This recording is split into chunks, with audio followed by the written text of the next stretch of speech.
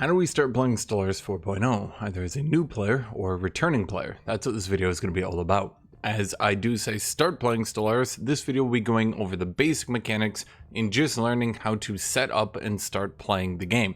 There's no real use going over advanced mechanics or telling you anything like that when a lot of people just need to understand the fundamentals so that they can start playing the game and learning on their own. So we're going to be focusing on how do we actually just start playing this game and start learning. My recommendation when you start playing Stellaris on a new update or when you're just new to the game is to not play any custom faction or anything like that, but instead just go down to the United Nations of Earth. There is a meme that Stellaris is a war crime simulator, that everybody plays it to wipe out all the aliens.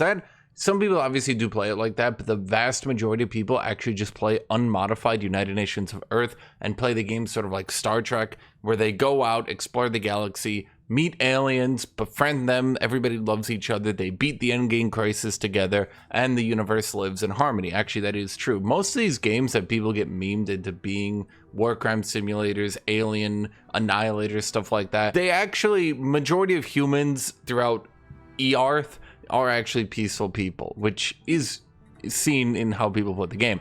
Now, once we do go into these settings here, just click reset to default. Some settings don't reset properly patch to patch, or sometimes the developers change things and the defaults don't change along to those new things. It's just good to click that button once every time you load in on a new patch. For absolutely new players, I would just recommend playing on civilian difficulty, and then just away you go. Okay, a couple things before we even start looking at our planet or anything like that. You can press M. M takes you from the galaxy view into the planet view. If you're ever in the planet view, you can press M and get out. The other option is you go down here and click galaxy map. I haven't clicked that in a while. I would not recommend clicking on that. It can get quite tedious. The galaxy map is just generally the geography of the galaxy. That's all this is. It's not going to be terribly useful other than setting up your galaxy. The majority of what you're going to be doing is clicking on the outliner over here. The outliner is pretty good for clicking through your entire space galaxy and making sure that you can easily access anything. For example, if you just click Earth right here, you can just access Earth and get into this UI. So we're going to be sticking to the basic mechanics, because if you're returning to Stellaris, you already know the advanced mechanics. You just need to know how the update changed things. If you're new to Stellaris, then throwing all these advanced mechanics at you is not going to do you very good, because you're not even going to know the basic mechanics. So telling you advanced mechanics, it's going to go one ear out the other. You're not going to retain any of that information. We just need to get you to a point where you can start playing the game and experiencing things for yourself. So what are the basics then of a planet? Let's talk about population. Population with a prosperous unification is going to be 5,200. Now you can headcanon that to be however many you want. 5 billion, 5 trillion, 5 grillion. It doesn't matter, right? This is just, it's how the game is going to keep track of stuff. So population is 5,200. Now you can see individually what those are over here. I would recommend not caring about this, because these categories are going to be split into so many different things. You're going to end up having 50 workers of this specific thing, 50 workers of this. Don't pay attention to this. Just pay attention to the overall population of 5,200. Our job then, as we continue to develop and design our planet, is to get this population into the jobs that we want them to get into. We can see currently what jobs our population has in the economy tab, which is the much more useful tab.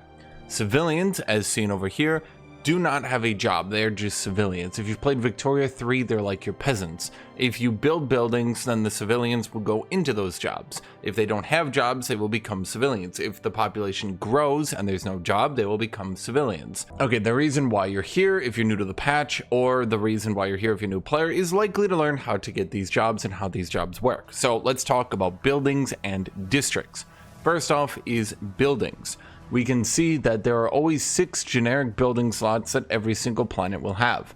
One of those will always be filled with the planetary administration. Okay, so let's talk about the biggest mistake that people new to 4.0 and the people new to Stellaris, because they're probably listening to old guides, are making. What is that mistake? They think that the majority of jobs are coming from buildings. That's just simply not true. Now, at the beginning of the game, yes, actually you will have to slap down temples if you want to get priests. research centers if you want to get researchers. But the whole point is that as the game progresses, you're getting more and more specialized buildings that will just generally buff everyone on the planet. Now, if we're using specialized buildings instead of buildings that create jobs, how do we get jobs? Well, that's really easy. Each of these districts right here, for example, the administration hub right here, they're called slightly differently between spiritualist and non-spiritualist empires. Don't get too confused. But administration districts will give me priest job per city. This one will give me, again, priest jobs per city. So every time I click this city button, I'm creating 200 priest jobs. That means that these temples won't really be needed anymore because as time goes on, the cities will be giving me the jobs. So what do the buildings themselves do? Well, to give you an example of a tech world, as we start progressing into the late game and we have all the specialized buildings unlocked, these specialized buildings will do things like give us more physics, society, and engineering per each of the 3 different scientists. This one will just give us job efficiency for each of the 3 scientists. This one will give us reduced upkeep for all of the scientists or researchers. This one will give us job efficiency and additional physics research for all our physicists. And then this one for our engineers. And then this one for our biologists. So actually what happens over time is that we don't want to be using buildings to create the majority of our jobs. We want to be using districts. So if we go back here and we have specialization available, we click this, and if we actually just slap down a spiritual enclave, that will give us the 100 priest jobs. Or if we want to be going with a research enclave, this will give us 90 researcher jobs. This is how we want to be creating the majority of our jobs, is by setting up these specialty districts here to give us what we want to specialize our planet in. But okay, if you're new to the game and you're just starting a game, all of that probably confused you a lot. What does that mean for you? So we've got these city districts and these specialized districts that give us jobs per cities, and then we've got these more basic districts down here, the generator, mining, and agriculture district. Now, we've got the 3 basic resources up here. These are just your basic resources that as the game moves on, they'll be less and less valuable as you create them easier and easier. But at the beginning of the game, it might be very valuable to get minerals because, well, minerals are how you build everything early in the game, right? Later in the game, you can turn minerals into more advanced goods like consumer goods and alloys. But at the beginning of the game, you need minerals to create buildings. So you can just slap down a mining district, and once you put down a mining district, you get more miners, you get more minerals being produced, right? Or you can slap down a generator district, and that will, of course, give you more technician jobs, which gives you more energy. So these down here are very basic. These are creating basic goods. These up here are where things, obviously, as you just saw, are going to be getting a little bit more complicated.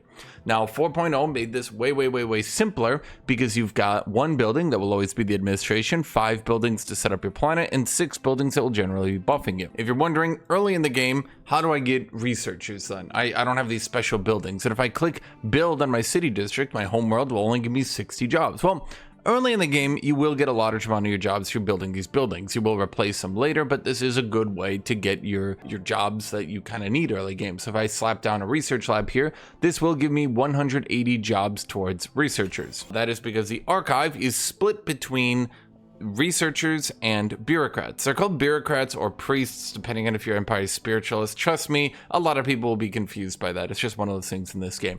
Or because I've mixed industry down here, that's metallurgists, which create alloys, and artisans, which create consumer goods. So I can put down an alloy foundry to just get more alloys, or a civilian industry to just get more consumer goods.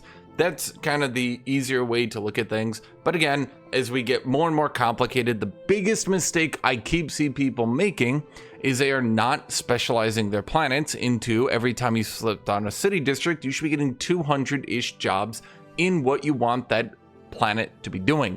You do not want to be relying on buildings to be the majority of your jobs. You will run out of jobs very quickly, and by not using all the buildings that buff those jobs, you will be significantly less efficient than a player actually building their buildings as intended. So then with all your worlds being focused in creating advanced goods, how do we get these more basic goods? Well, that's going to come down to the specialization that you can put into these basic goods. Once you have the corresponding technology for it, as well as one district in it, you can either give it an agriculture focus or a biological research support. I wouldn't recommend getting into that. That's going to be a bit more advanced for you right now.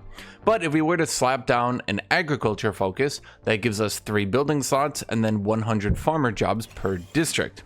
Now, if I go over to a world here that's maybe built up a bit more, Okay, so here we can see this one's got 2 of them. So the generator district over here has an energy nexus. This is once again a research building that can buff our energy output a lot.